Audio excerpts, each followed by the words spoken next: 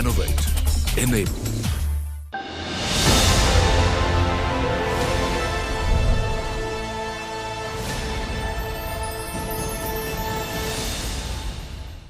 The thought leak that brings you the revolutionary ideas that are immediately actionable. Now, in the last episode, we reflected upon the key tenets of the new paradigm for corporate governance, a progressive approach towards that, with none other than the creator and the designer of the idea, Martin Lipton, who's joining us straight from New York to take the discussion forward this time around.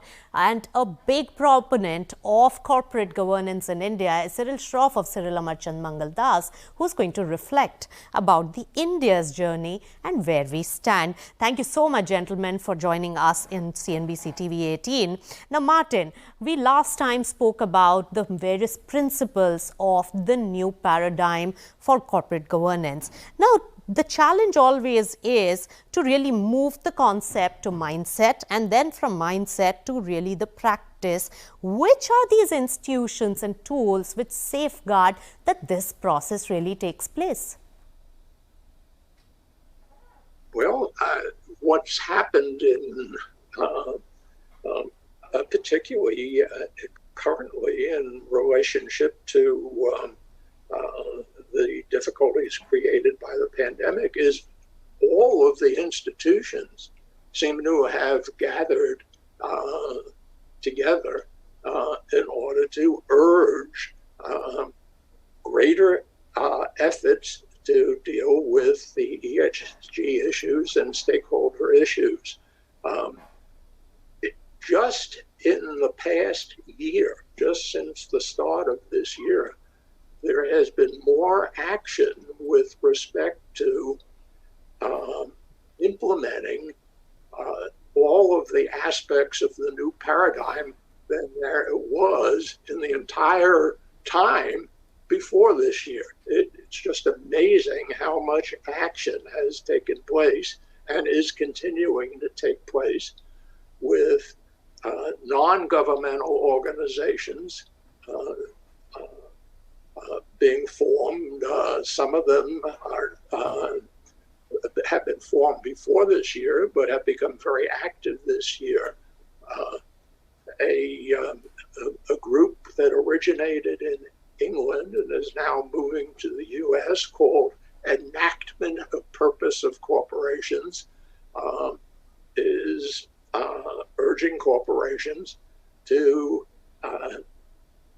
adopt, urging the boards of the corporations to adopt and endorse all of the purposes of the new paradigm. Interestingly enough, the three major index funds that have really a dominant voice in most of the major listed companies that are not family controlled, BlackRock, Vanguard, and State Street, each has endorsed the purpose of a corporation to fulfill the expectations of ESG and stakeholder governance. Right. So shareholder activism, I think India is way behind in terms of that. Cyril Shroff, we have seen some bit of this. We have seen Fortis story play out in a different manner, which was never seen in India before. What do you have to say about this particular rule that the investors could really take to in terms of really putting the companies in order and also ensuring corporate governance standards? So, Nisha, you touch upon an interesting point on activism, but activism is at a very nascent stage in India. But to sort of go back to your question on, how do you move from concept to mindset to reality in an Indian context, we need to tackle 5 things because of the differences that exist. I think the first difference starts from the ownership structure, because there is a overwhelming role of the promoters or the sponsors as compared to the other shareholders.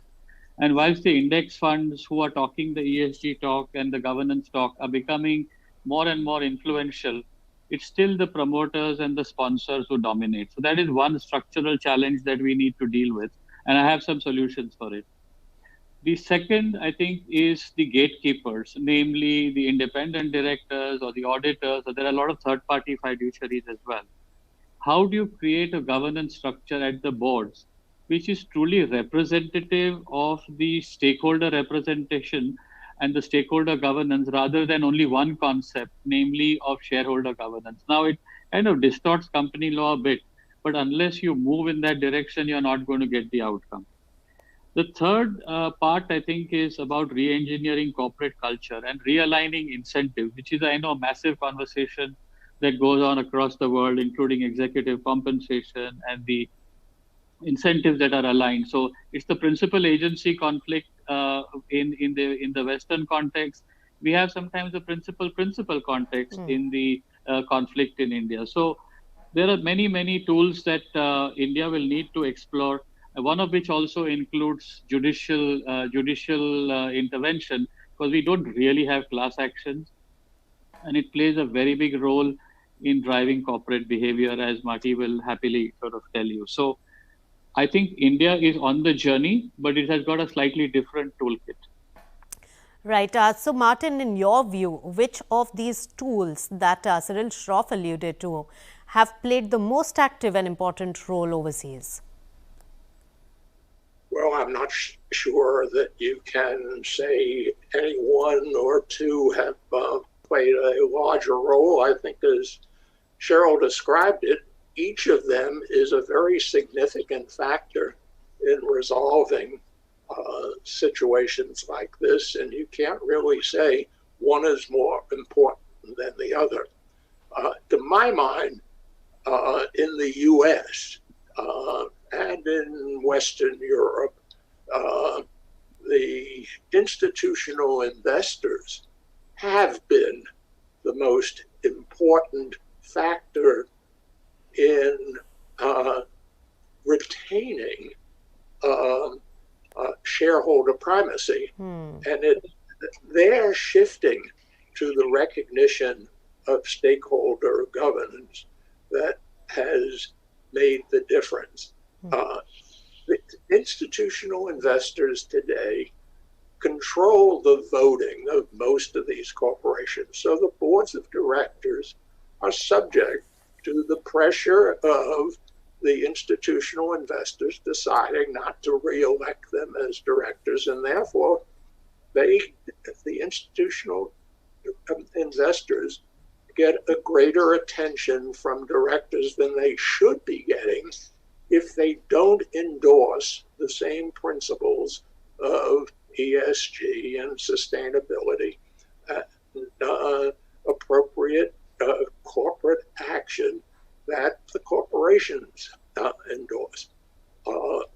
And the most important thing now is to make sure that the institutions do that. Right. Just this year in the UK, the Financial Reporting Council has amended the stewardship responsibilities of the institutional investors to require them to disclose publicly exactly what ESG and stakeholder governance principles they endorse. In my mind, the single most important thing is to get a concurrence between the institutional investors on the one hand and the corporations on the other hand, both endorsing essentially the same stakeholder and ESG governance principles, so that there is a means of, through engagement, getting exact agreement and not having any doubt as to the fulfillment of the new paradigm. Right. So institutional investors, you mentioned, Martin, and they have been active in India as well. Cyril Shroff, we have seen certain mergers being also stalled by institutional investors who have got together and have voted against it. But what do you think about the compliance standards and our disclosures? Where do we stand in that, and how effective can be tightening the nose on this front? So as we move towards a far more sort of market-oriented economy with robust capital markets, disclosures and market remedies are going to be very important. So, Nisha, one of the problems on the Indian conversation on corporate governance is that it has been largely driven by regulation, and that too micro regulation. What is missing, and I think that I build upon what Marty just said, is market-led governance. So it's when the institutional investors or other players in the market start demanding governance is when you achieve a different type of outcome. So I would say there are really three components: regulatory driven governance, market driven governance, and judicial driven governance. We are at the first stage, and where I think the future is the second and the third, where we are going to see far more market oriented or market driven governance being imposed, which includes disclosures, which includes greater compliance and a very different type of behavior by the boards. Right. So a free market approach and how to create that ecosystem for really ensuring corporate governance standards. We'll discuss that and more when we return on the Thought League. Stay tuned to CNBC TV 18.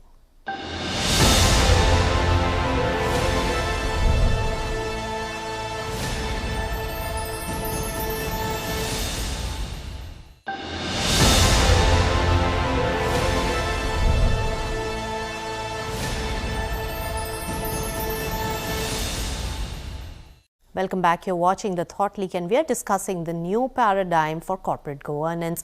Martin Lipton, how do we ensure a free market and market-driven approach for ensuring the principles of corporate governance standards? Well, the best way to achieve the market solution is for the institutional investors and the big asset managers who really have the power to determine how corporations are going to be operated, is to endorse the same principles that we seek endorsed by corporations, so that there is no pressure on corporations to deviate from the type of stakeholder governance and ESG compliance and sustainability that we seek from corporations. As an adjunct to that, one of the key elements of maintaining a real market solution is for the institutional investors not to support activists who attack corporations using as a part of their attack efforts that the corporations are following stakeholder principles and are complying with ESG factors and so on. You can't very well have market solution if one of the key factors in the market, the institutional investors, are on the one hand saying, yes, we're in favor of ESG and stakeholder governance, but on the other hand, lend their voting power to activists who are trying to take advantage of it on the other side from the corporations. So maintaining equality among all of these factors in the market is of critical importance to have a market solution. Sure. So market solution is very, very important. But Cyril, Shroff, in the Indian context where, it's largely owned by the controlling shareholders, how do we ensure that? Are there solutions for it? So whilst the role of the index funds and institutional investors and their power is increasing, in the current context, the sponsors and the promoters have much more power. So for the Indian solution to work, I think we will need to work in terms of how do we get these sponsors and the promoters aligned with the concept of stakeholder governance. They have to own this idea, and we cannot have a solution proceeding on the basis that the idea of stakeholder governance is only owned by the institutional investors. The most important and the largest constituency, namely the promoters, have to start owning, and they have to imbibe this idea in mind and heart. And that is, I think, the starting point. And there are a number of ways in which it can be done, because emancipation of the promoter is where the Indian solution lies. And there is a systemic fault in India. What is the systemic fault? I think the fact is that over the last decade or so, we have demonized the promoter. We have created an environment where promoter has become a bad word. Now, I think that needle has moved too far, and that is why I think part of the incentives for the promoter to move to a more emancipated, enlightened model, that process has been complicated. The second part is in terms of our credit culture. Until recently, you could not a business could not get a loan unless there was a personal guarantee from the promoter. Why? A corporation is a is a separate legal entity. Now, when you start actually looking through the corporate vehicle and asking the promoter to sign off his house, and we're seeing some of these situations are playing off at this moment, he naturally has an incentive that if he's taking a greater pain, he's going to get some greater benefit, and then he starts looking for ways in which he can kind of really try to undermine the true principles of ethical corporate governance. So you need to avoid both the extremes. Yes. We need to avoid demonizing them, and we need to start accepting the reality of a separate legal entity of the corporation, and then start imposing these principles of good governance inside the structure of the corporation, rather than try to work on them outside the structure of the corporation, which is the real design defect in Indian corporate governance. All right, and a more corporate culture, probably more accountability and responsibility in the hands of the management and the board also may really come to effect here as a solution. But Martin, we are in an uncertain time. This is unprecedented pandemic that we are really going through. What are the lessons for the boards in this crisis, and how have you seen the global boards fare in this situation? Have they lived up to the mark, or they have not? Well, I think boards have really come up to the mark and have been acting very, very carefully and very judiciously, and trying to do their very best. As you recognize, something like the pandemic is beyond the power of any one board or all boards of all companies to deal with it. It becomes a governmental, but it becomes a political issue. I think every major corporation has really responded very well. They've taken the actions that need to be taken in order to protect their people. They've complied with all the recommendations for lockdowns and operating remotely. Just as an example, I'm at home right now operating remotely. I have not been in my office since early March of this year. The guidelines are just being lifted in New York now. Some of my colleagues have been going into the office since the guidelines were lifted. But I think companies and investors have cooperated with each other and have cooperated with government in order to mitigate the adverse impacts of the pandemic, and have been working with government to resolve issues, get people back to work, and support the people whose jobs have in effect been eliminated by the lockdowns that in effect prevent people from dining out, going to restaurants, going to athletic and entertainment events, and so on. These are huge problems that are beyond any one company, but I think companies generally have acted well and have been acting effectively in dealing with it. But in your wisdom, Martin, which are the three important aspects of crisis management for the companies in current situations? So the most important aspect of crisis management is don't lose your cool. In other words, don't let it overcome you and force you into taking actions that should not be taken. The second is to, particularly in the corporate situation, to work closely with the employees. There's nothing more important in a corporation dealing with a situation like this to have the support of all of the employees behind the actions that the management feels that the corporation has to take in order to survive in the face of a pandemic. The third thing is to recognize that it's not possible to deal with every aspect that results from a situation like this and maintain your flexibility to focus on the things that are most important for survival.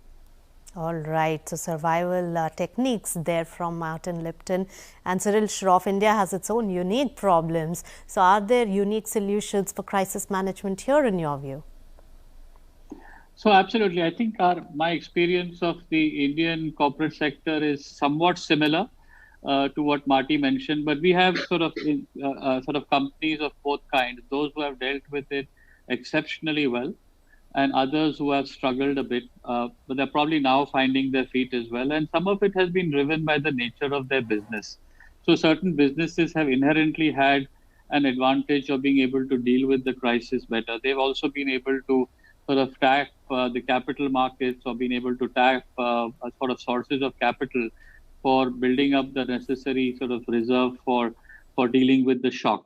So that's one kind. But as far as the others who have had, I mean, they've had a greater challenges in terms of how to deal with it. But from a governance point of view, I think most companies have largely done well in the situation that they have been put in. They have taken advice, they have followed the rules, and they have, I think, been, most of them, there are always exceptions, most of them have been good corporate citizens. That's in my view. But India is complicated.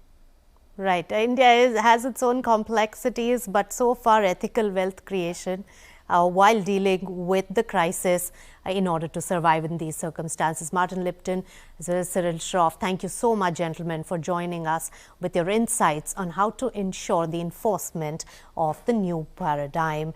Now, while in the current moment, the nature may have put a reset button really due to the excesses all around, sustainable growth is the theme that is gaining traction everywhere.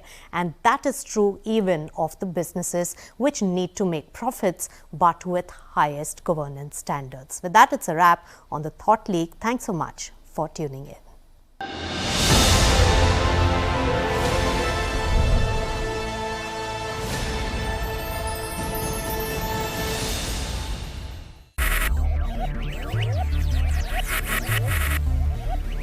Focus, ideate, innovate, enable.